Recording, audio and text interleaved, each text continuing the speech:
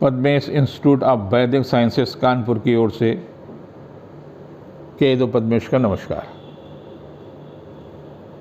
अभी आपके कई महत्वपूर्ण पर्व संपन्न हुए। बलराम जी का आपने जन्मदिन मनाया, भगवान कृष्ण का प्रकाशोत्सव मनाया और दुर्गा प्रसाद विद्या निकेतन में शिक्षकों का सम्मान हुआ, जिसमें उत्तर प्रदेश के डिप्टी सीएम एवं स्वास्थ्य मंत्री श्री ब्रजेश पाठक जी मुख्य अतिथि के रूप में पधारे। सांस्कृतिक और रचनात्मक कार्यों का सप्ताह रहा। ये सप्ताह काफ़ी महत्वपूर्ण होगा। गर्मी पड़ रही है, जिसके कारण से स्वास्थ्य भी प्रभावित हो सकता है, तो सावधानी रखने की आवश्यकता है। एक समस्या इस समय देश में बहुत विकराल रूप लेती चली जा रही है, वो है पारिवारिक जीवन।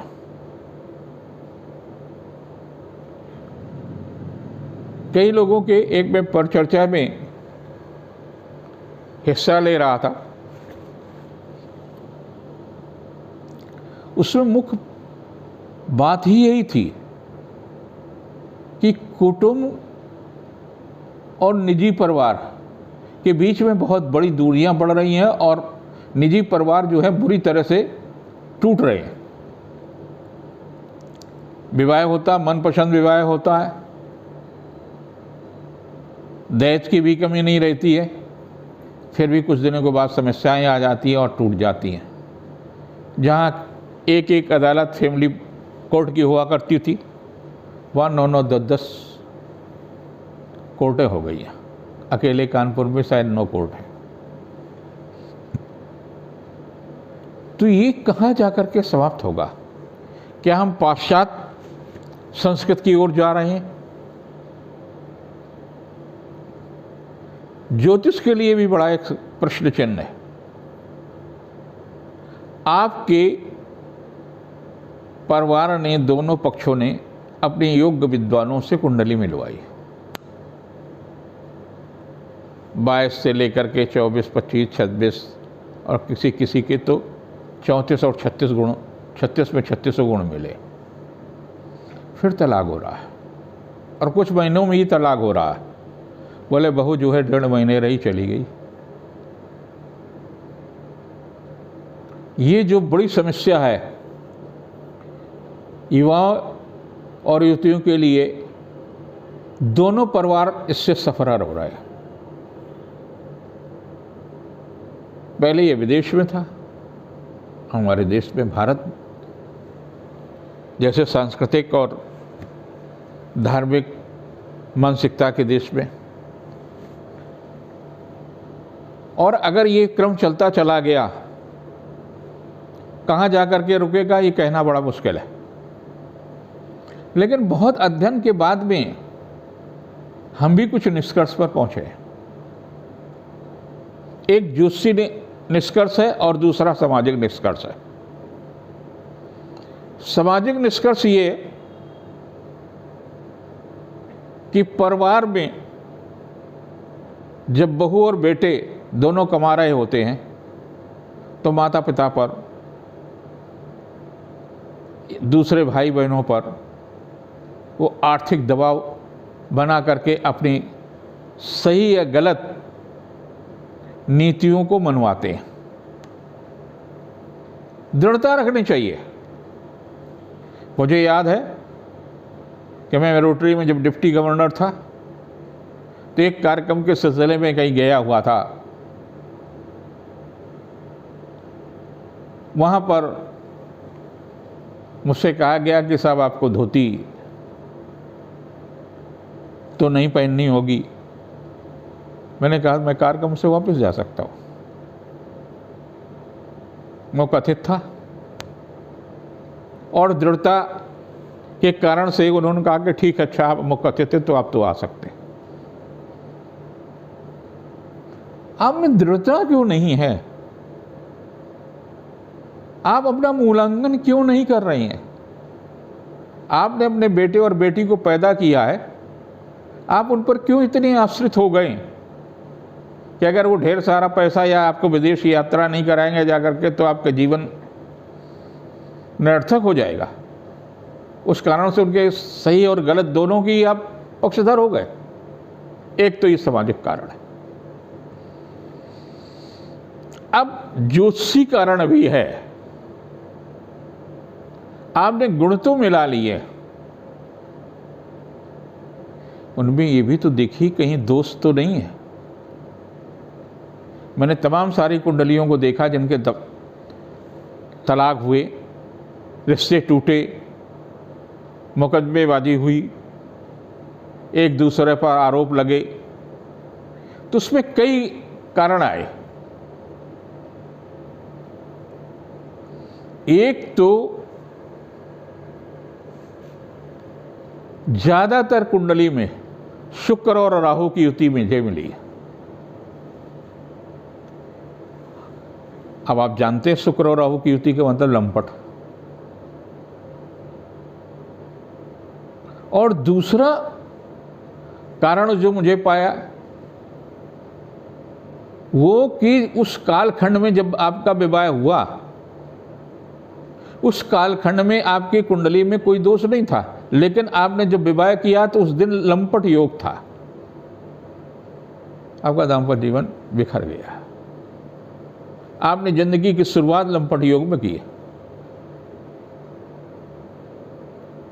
तो ये भी आपको देखने होंगे गुण मिलाप के साथ साथ कि आपकी कुंडली में कोई ऐसा योग तो नहीं है जिसके कारण से आपका गुण मिलान के बावजूद भी आपका दाम्पत्य जीवन टूट रहा है। और अगर दाम्पत्य जीवन टूटने से पहले आप परामर्श ले लेते कि भाई पुरोहित जो आपका कर्म कांड का है वो नहीं बताएगा कि कौन कौन से योग है जिस दिन आपका विवाह होने वाला है। आप उस पर इतना प्रेशर नहीं बनाइए कि बच्चे के पास केवल 5 दिन का ही टाइम है, 5 दिन में ही शादी की मुहूर्त निकालिए।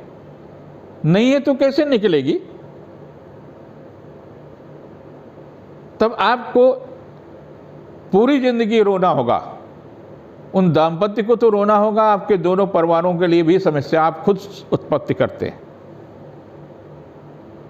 आपको 2-3 पुरोहित के अलावा जो ज्योतिष के विद्वान हैं उनसे परामर्श लीजिए कि जिस तारीख को शादी हम कर रहे हैं उस तारीख को कोई ऐसा योग तो नहीं है जिससे इनका भावी दाम्पत्य जीवन प्रभावित हो, कहीं दाम्पत्य जीवन टूटे या दोनों एक दूसरे में गलतफहमी, क्या अच्छा है क्या बुरा, ये सारी सब चीज़ें जान लें। अगर लंपट योग होगा उस दिन तो निश्चित रूप से व्यवधान आएंगे, उसको दूर करें। और अगर आपकी कुंडली में लंपट योग है तो उसकी शांति जरूर कर लें। अपने व्यवहार में भी परिवर्तन करने का प्रयास करें। अगर ऐसा सब कुछ करने में आप सामर्थ्यवान होते हैं तो निश्चित रूप से आपका दीर्घजीवी दाम्पत्य जीवन होगा। ऐसा नहीं कि पहले लंपट योग नहीं होते थे, पहले भी होता था और कई विवाह एक पुरुष कर लेता था, लेकिन आज की परिस्थितियां, आज का परिवेश अनुमति नहीं देता है कि आपकी एक पत्नी के होते हुए एक के अलावा दूसरे के साथ में आपके रिश्ते बने। होना भी नहीं चाहिए। जब आप अपने प्रति सिंसियर नहीं हैं तो आपकी पत्नी क्यों आपके प्रति सिंसियर रहेगी? इसका मतलब ये नहीं कि बढ़ावा दे रही है। आपको भी उसके साथ ईमानदारी से रहना होगा, उसके बातों को, उसके स्वास्थ्य का, उसकी केयर का ध्यान रखना होगा। वो आपके यहाँ कर्मचारी बन करके नहीं आए हैं, और बराबर का सम्मान देना होगा। अब आपके घर में बहू बन करके आई है तो इसका कतई अर्थ नहीं है कि वो सारा सब काम सबके लिए, सबके साथ शेयर करना चाहिए। बराबरी का रिश्ता है। अगर आपका विवाह हुआ तो उसका भी विवाह हुआ है, उसके माता पिता ने भी पालन पोषण किया। यही लड़की को भी समझना होगा। हम अपने माता पिता के लिए इतनी केयर करते हैं तो लड़का अगर हमारा पति अपने माता पिता की केयर करता तो बुरा क्यों है? आप माता पिता के विरोध में क्यों, पहले दिन से ही विरोध में क्यों खड़े हो जाते हैं? दोनों पक्षों को सोचना होगा और लंपट योग से बचें। सप्तम भाव में अकेला अकारक ग्रह है या सूर्य है तो भी दाम्पत्य जीवन को प्रभावित करता है, उस पर अगर किसी ग्रह, अच्छे ग्रह की दृष्टि नहीं है। तो इन सारी सब चीज़ों को गुण मिलाप के साथ साथ में उन योगों को जरूर बचाइए जो आपके दाम्पत्य जीवन को प्रभावित करते हैं, तब आपकी ज़िंदगी में अच्छा से ही अच्छा होगा। ये सप्ताह 10 से 16 के बीच का है। 10 सितंबर से और 16 सितंबर के बीच का चंद्रमा मिथुन, कर्क और सिंह राशि में रहेगा। जिनकी मेष राशि है, आपकी राशि पर पूरे सप्ताह चंद्रमा के अलावा कोई ग्रह नहीं बदलने वाला है। राहु और गुरु आपके लग्न में रहेंगे, जिस कारण से आपको अपने स्वास्थ्य के प्रति सचेत रहना है। मौसम के रोगों के प्रति सचेत रहने की आवश्यकता है। धार्मिक प्रबंध में वृद्धि होगी। सकारात्मक चिंतन के साथ में आप कार्य करें। संगत ही गुण उपजे, संगत ही गुण जाए। आपकी कहीं ऐसी संगत न हो जाए कि मादक वस्तुओं के नज़दीक पहुंच जाए। आज हमारा युवा मादक वस्तुओं के नज़दीक बहुत पहुंच रहा है। ये देश के लिए एक अच्छा संकेत नहीं है। अगर आपका बेटा, भाई, बहन कोई भी इस तरह के उस पर पहुँचता है, वो उसके नष्ट होने के साथ साथ तमाम प्रकार की समस्याएं हैं। परिवार टूटते हैं, विघटन होता है, एक अतिरिक्त बोझ बनता उसके जाने से। तो आप नियंत्रित रखने का प्रयास करें। 10 तारीख को किया गया पुरुषार्थ सार्थक होगा, मैत्री संबंधों में निकटता आएगी। वहीं 11, 12, 13 को किसी महिला रिश्तेदार के कारण से तनाव मिल सकता है। व्यर्थ की भाग दौड़ रहेगी। आर्थिक मामलों में सावधानी रखने की आवश्यकता है। जबकि 14, 15, 16 को संतान के दायित्व की पूर्ति होगी। रिश्तों में निकटता आएगी। व्यवसायिक प्रयास सार्थक होगा। जीविका के क्षेत्र में प्रगति होगी। जिनकी वृष राशि है उनके लिए मिला जुला कालखंड होगा। 12वें आपके राहु और गुरु होंगे। तो कोई ऐसा आचरण मत करिए जिससे आपको मानसिक वेदना मिले। कुछ ऐसा भय मत उत्पन्न करिए मन में जो आपके लिए तनाव की स्थितियां उत्पन्न करें। अपने रिश्तों को तोड़ने का प्रयास मत करिए। जीविका के क्षेत्र में अच्छा हो सकता है। आर्थिक मामलों में अच्छा हो सकता है। शिक्षा प्रतियोगिता के क्षेत्र में आर्थिक सफलता के साथ साथ में व्यवसायिक लाभ भी, और जो निर्णायक स्थितियों से आप गुजर रहे हैं उसमें भी सफलता मिलेगी। 10 को धन, पद, प्रतिष्ठा की दिशा में लाभ मिलेगा। 11, 12, 13 को जीविका के क्षेत्र में प्रगति मिलेगा। सामाजिक प्रतिष्ठा बढ़ेगी। आर्थिक पक्ष मजबूत होगा। 14, 15, 16 को किया गया पुरुषार्थ सार्थक होगा। रिश्तों में मजबूती आएगी, लेकिन किसी मूल्यवान वस्तु के खोने या चोरी होने की आशंका। जिनकी मिथुन राशि है उनके लिए भी मंगल चौथे होंगे। तो आप कोई ऐसा आचरण न करें जिसके कारण से आप अपना निजी सुख में व्यवधान उत्पन्न करें। वाणी पर संयम रखने की आवश्यकता है। मादक वस्तुओं से दूर रहने की आवश्यकता है। और मैत्री संबंधों को भी दरकिनार करने की आवश्यकता है। 10 तारीख व्यस्तता की होगी। भावुकता पर नियंत्रण रखने की आवश्यकता है। 11, 12, 13 को किया गया पुरुषार्थ सार्थक होगा। जीविका के क्षेत्र में प्रगति होगी। जीवन साथी का सहयोग मिल सकता है। और 14, 15, 16 को किया गया पुरुषार्थ सार्थक होगा, भाई बहनों का सहयोग मिलेगा, रिश्तों में मजबूती आएगी, यात्रा देशाटन का लाभ मिलेगा। जिनकी कर्क राशि है, कर्क राशि के लिए भी मंगल तीसरे होंगे। मंगल तीसरा आपके लिए लाभदायी होगा, पुरुषार्थ होगा, अपना पूरा ध्यान, अपना पूरा कंसंट्रेशन भाई और बहनों की प्रगति के लिए कर सकते हैं, उस दिशा में उनको लाभ मिल सकता है। लेकिन अगर आप मैत्री संबंधों की दिशा में बढ़ते हैं तो परिवार का टूटन होगा, अपमान होगा, व्यवसायिक मामलों में परेशानी आएंगी। 10 तारीख खास तौर से आपके लिए कष्टदायी है क्योंकि 12वें चंद्रमा होगा, मानसिक क्लेश मिलेगा, स्वास्थ्य प्रभावित हो सकता है। लेकिन 11, 12, 13 आपके लिए काफ़ी महत्वपूर्ण तिथियां हैं। व्यवसायिक मामलों में सफलता मिलेगी, जीविका के क्षेत्र में सफलता मिलेगी। 14, 15, 16 भावुकता की तिथियां हैं। भावुकता पर नियंत्रण रखने की आवश्यकता। मैत्री संबंध कुछ तनाव भी दे सकते हैं, कुछ मानसिक संतोष भी दे सकते हैं।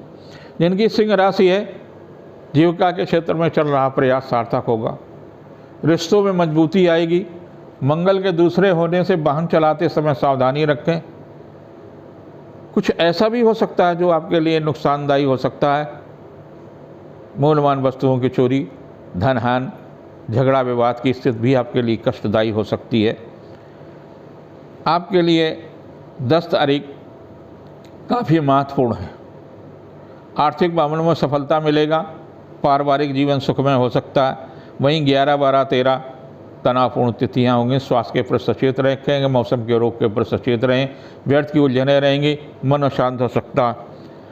लेकिन 14, 15, 16 व्यवसायिक मामलों में सफलता मिलेगी, यश और प्रतिष्ठा में वृद्धि कराएगी।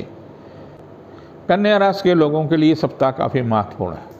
आपके राशि पर यद्यपि मंगल है, मंगल कहीं न कहीं तनाव की स्थितियां उत्पन्न करेगा, झगड़े विवाद उत्पन्न भी कर सकता है, लेकिन व्यवसायिक कॉन्फिडेंस देगा।